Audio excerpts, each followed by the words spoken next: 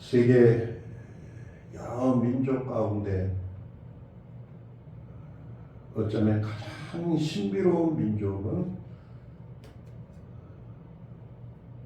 유대 민족이 아닐까 생각을 해요. 그들은 참으로 신비한 민족입니다. 무엇이 그렇게 신비할까?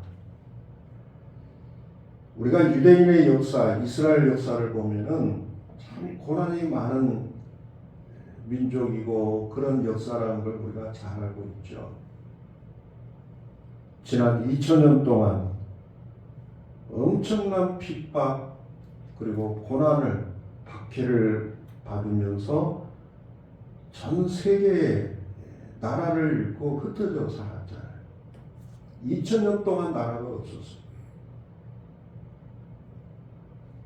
고난이 극에서만 끝난 것이 아니라 또 2차 대전 때는 유대인 600만 명이 가스실에서 몰살을 당했잖아요. 이 정도 박해 또 이 정도 고난이면은 이 지구상에서 이제 사라진 것이 당연하죠. 근데 놀라운 반전이 일어나잖아요. 2000년 만에 유대 민족은 지금의 땅에 다시 나라를 세우게 되잖아요. 전 세계에서 2000년 동안 나라를 잃었다가 다시 나라를 되찾은 민족은 없어요. 유대인 민족밖에 없어요. 이게 신비롭다는 거죠. 이게 놀랍다는 거죠. 이런 박해와 고난 속에서 그들이 살아남고 나라를 다시 세울 수 있었던 비결은 뭘까? 많은 연구가 있습니다. 그 중에 하나가 소망이라고 해요. 소망. 그들은 2000년 동안 나라를 잃고 살면서도 한 번도 소망, 희망을 버리지를 않았다. 이스라엘 민족이 6월절이 되면은 항상 부르는 노래가 있어요. 지금도 이 노래를 부릅니다. 히브리어로 아니 마임이라고 하는 말인데 뜻은 나는 믿는다. 나는 믿는다. 나는 믿는다. 나를 돕기 위해 반드시 메시아가 찾아오신다는 것을 나는 믿는다. 이 노래를 2000년 동안 나라를 잃고 살면서 불렀다고 해요. 독가스실에서도 이 노래를 부르면서 죽었다고 해요. 2차 대전이 끝나고 많은 사람들이 유태인들이 죽었다고 하는 그 강제 수용소를 이제 방문하게 되죠. 찾아가 봤더니 그 현장은 너무너무 참혹했어요. 발버둥을 치면서 죽어가는 그 흔적들, 그리고 벽에다가 막 손톱으로 이렇게 살려고 몸부림치는 긁으면서 이렇게 죽어가는 그런 흔적들을 볼 때 많은 사람들이 너무너무 가슴이 아팠죠. 그런데 그 참혹한 현장에 많은 사람들을 감동 주었던 이런 글귀가 적혀 있었다고 그래요. 나는 햇빛이 비치지 않을 때에도 태양이 있다는 것을 믿는다. 나는 사랑을 느낄 수 없을 때에도 사랑이 있다는 것을 믿는다. 나는 하나님이 침묵하실 때에도 그분이 계시다는 것을 믿는다. 이런 소망, 믿음을 가지고 그 고난을 버텼다고 그럽니다. 에베소서 2장에 보면은 하나님이 없는 사람, 그리고 그리스도 밖에 있는 사람, 그들은 어떤 사람들이냐? 사도 바울은 이렇게 정의를 해요. 그들은 소망이 없는 사람들이다. 소망이 없는 사람들. 그때에 너희는 그리스도 밖에 있었고 세상에서 소망이 없고 하나님도 없는 자이더니, 하나님이 없는 사람, 그리스도 밖에 살고 있는 사람들, 즉 예수를 안 믿는 사람들은 어떤 사람들인가? 그들은 소망이 없는 사람이라. 아니, 정의를 내. 그들은 소망이 없는 사람들. 단테의 신곡 중에 이런 글귀가 나옵니다. 지옥의 입구에 가면은 이런 글귀가 적혀 있을 거라는 거죠. 여기에 들어오는 자 모든 희망을 버려라. 성경에 안 나오지만 이분이 요한계시록을 쭉 읽다가 아마 지옥의 입구에 가면은 이런 글귀가 적혀져 있을 것이다. 여기에 들어오는 자 모든 희망을 버려라. 지옥은 어떤 곳이냐? 단테가 생각하기를 지옥은 희망이 없는 곳이라고 생각했어요. 지옥을 성경에서는 무저갱이라고 하죠. 무저갱, 그렇게 번역을 했는데, 무저갱이라고 하는 뜻은요, 이런 뜻이에요. 바닥이 없는 깊은 어둠의 구덩이를 무저갱이라고 해요. 그러니까 끝이 없어요. 그냥 그 지옥은 깊은 어둠의 구덩이 속으로 떨어지는 걸 지옥의 형벌이라고 그래요. 깊은 어두움만 있는 것. 여러분, 이 어두움만 있는 이곳에 소망이 있을까요? 없을까요? 이곳에 무슨 소망이 있겠습니까? 그래서 단테는 지옥에 오는 자는 모든 희망, 소망을 버리라. 이렇게 이야기를 했던 거예요. 그러나 여러분, 하나님의 자녀는 소망을 품어요. 하나님의 백성은 소망이 있어요. 예수 그리스도는 이 땅에 오늘 우리들에게 무엇을 주러 오셨느냐? 소망을 주러 오셨다는 거예요. 소망. 예수님께서 이제 사역을 시작하시면서 맨 처음에 회당에서 설교를 하시죠. 그때 성경을 폈어요. 이사야서 61장에 성경을 펴서 예수님이 그 본문을 읽어요. 이 첫 설교는 어떤 말씀이냐면은 내가 이 땅에 무엇을 하러 왔는지를 사람들에게 지금 선포하는 그런 설교였어요. 그때 이사야서 61장을 읽는데 펼쳐 읽었던 말씀이 이거잖아요. 주의 성령이 내게 임하셨으니 이는 가난한 자에게 복음을 전하게 하시려고 내게 기름을 부으시고 나를 보내사 포로된 자에게 자유를, 눈먼 자에게 다시 보게 함을 전파하며 눌린 자를 자유케 하고 주의 은혜의 해를 전파하게 하려 하시며 나는 이것을 위해서 왔다. 포로된 자에게 뭘요? 자유를, 눈먼 자를 다시 보게 하고 눌린 자에게는 내가 다시 자유를 주기 위해서 이 땅에 왔다. 여러분, 포로된 자, 눈먼 자, 눌린 자, 이 공통점이 뭡니까? 이들에게는 뭐가 없는 사람들이에요? 소망이 없는 사람들이에요. 소망이 없는 사람. 이렇게 소망이 없는 자에게 예수님은 뭘 주러 오셨다는 거예요? 내가 소망을 주러 왔다. 자유를 빼앗긴 사람들을 지금은 죄의 포로로 마귀에게 붙잡혀 사는 이런 사람들에게 나는 자유를 줄 것이고, 눈먼 자, 영적으로 보지 못하는 자에게 내가 그들의 눈을 뜨게 해줄 것이고, 눌린 자, 마귀에게 걱정, 근심, 두려움, 어떤 세상의 그런 것에 눌려 사는 사람들에게 내가 해방을 줄 것이다. 내가 이것을 위해서 왔다. 예수님은 소망을 주러 오셨다. 오늘 15절에 보면은 소망이라는 말씀이 나오죠. 소망. 다시 한번 봐봅시다. 같이 읽어볼까요? 시작. 너희 마음에 그리스도를 주로 삼아 거룩하게 하고 너희 속에 있는 소망에 관한 이유를 묻는 자에게. 여기까지요. 너희 속에 있는 소망에 관한 이유를 묻는 자에게. 오늘 여기서 너희는 누구를 말합니까?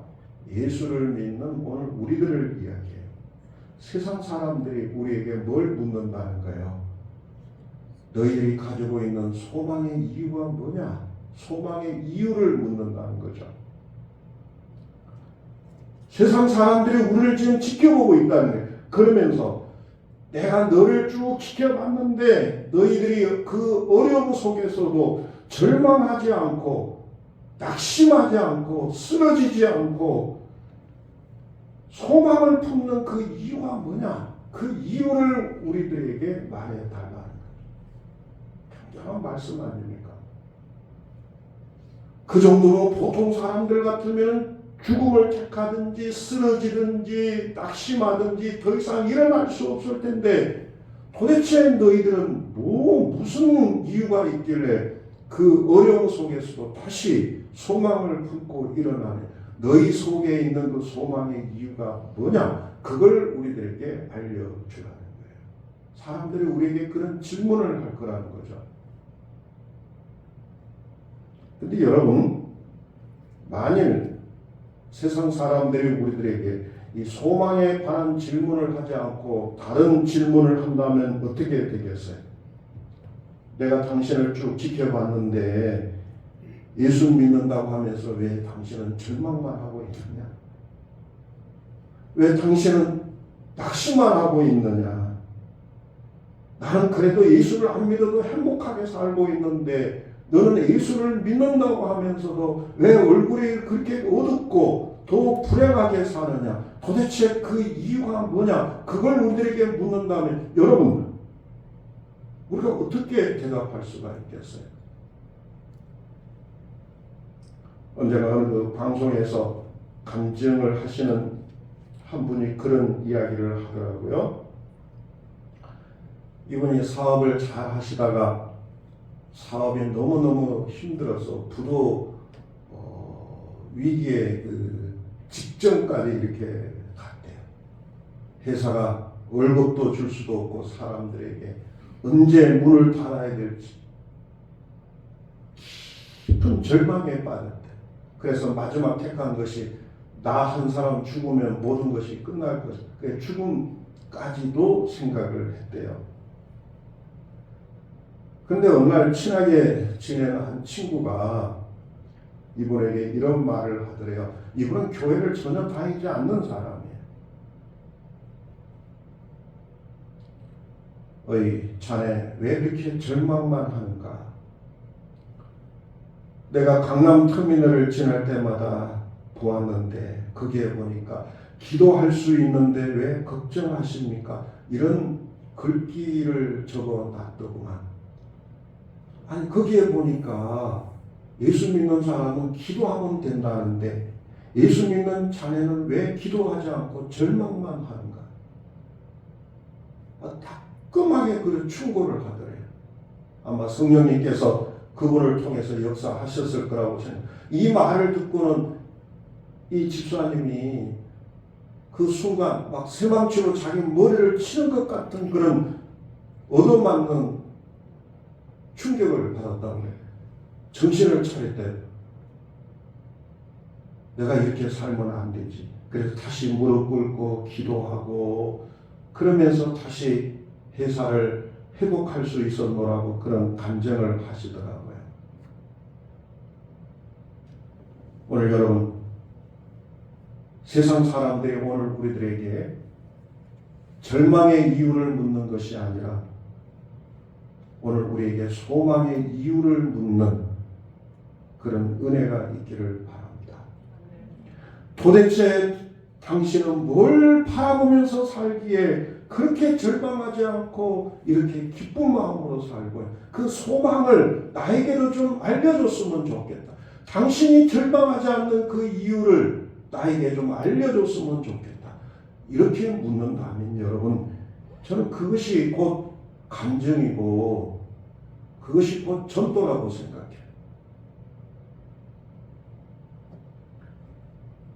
그렇다면 오늘 우리 소망의 이유는 어디에서 나올까요? 우리에게 소망은 어디에 있을까요?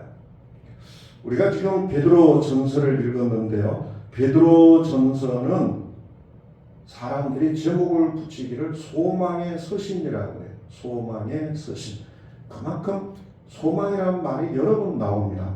자, 1장 3절을 우리 같이 한번 읽어볼까요? 1장 3절입니다. 앞쪽에 시작. 우리 주 예수 그리스도의 아버지 하나님을 찬송하리로다. 그의 많으신 긍휼대로 예수 그리스도를 죽은 자 가운데서 부활하게 하심으로 말미암아 우리를 거듭나게 하사 뭐가 있게 하셨다고요? 산 소망이 있게 하시며. 소망인데 죽은 소망이 아니에요. 어떤 소망이에요? 산 소망. 앞에 왜 우리에게 이런 산 소망이 있게 하셨다고요? 뭐하고 연결시킵니까? 부활하고. 부활. 죽음에서 다시 살아난 이 놀라운 이 소망. 오늘 우리는 이런 소망을 갖고 사는 사람이라는 거죠. 산 소망. 또 하나 더 찾아봅시다. 21절입니다. 21절 시작. 너희는 그를 죽은 자 가운데서 살리시고 영광을 주신 하나님을 그리스도로 말미암아 믿는 자니 너희 믿음과 소망이 하나님께 있게 하셨느니라. 죽은 자를 가운데서 살리시고 여기도 부활하고 연결시켜요. 오늘 우리에게 주님이 부활의 소망을 우리에게 주셨다. 예수 그리스도가 오늘 우리의 소망의 근거가 되신다. 예수가 우리의 소망이시다. 오래전 우리 교단의 총회 주제가 이런 주제였어요. 인류의 소망이신 예수 그리스도. 인류의 소망이신 누구라고요? 예수 그리스도. 이 바하의 그 칸타타에 보면요, 147번에 가끔 여러분 클래식 방송에서 이런 그 클래식이 노래가 나올 거예요. 예수는 인류의 기쁨과 소망. 아주 참 경쾌하면서 감동을 주는 그런 노래입니다. 찬송가 95장에도 이런 고백을 하죠. 나의 기쁨, 나의 소망 되시며 나의 생명이 되신 주. 우리 많이 부르잖아요. 나의 소망이 되신. 이따가도 우리가 부를 텐데 482장에도 그런 가사가 나오죠. 이 몸의 소망 무언가 우리 주 예수 뿐이세요. 우리의 소망의 근거는 누구라고요? 큰 소리로 고백합시다. 누구라고요? 예수 그리스도. 그냥 소망이 아니고 부활하신 예수 그리스도가 우리의 소망이시라.